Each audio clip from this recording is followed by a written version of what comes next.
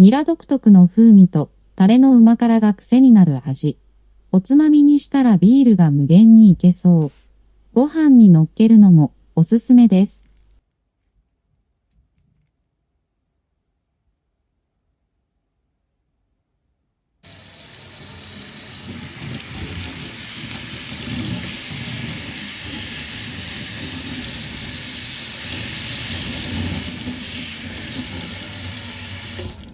ニラは水洗いして残ってる水気はキッチンペーパーでしっかり拭き取る。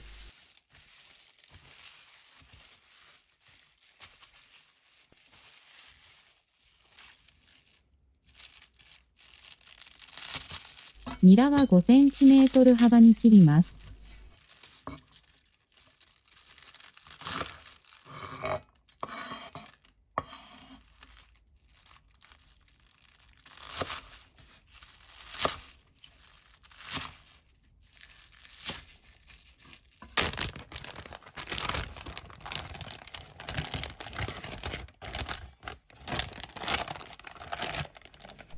ポリ袋に醤油大さじ2を、ごま油大さじ2、豆板醤小さじ1、ニンニクチューブ小さじ1/2、砂糖小さじ1、いりごま大さじ1、一味唐辛子大さじ1を入れ混ぜ合わせる。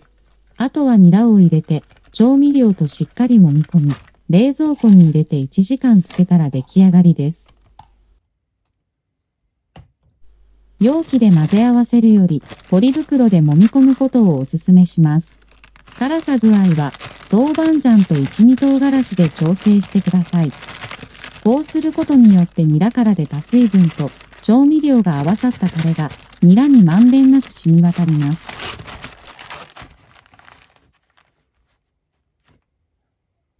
食べきれない分は、しっかり密封できる容器に入れ、冷蔵庫に保存して3日以内に食べきるようにしてください。たったこれだけで、しんなりと辛みが染みた濃厚ニラが一皿完成。パンチの効いた美味しさで、旨辛ニラはご飯に乗っけて食べると、食欲がそそられます。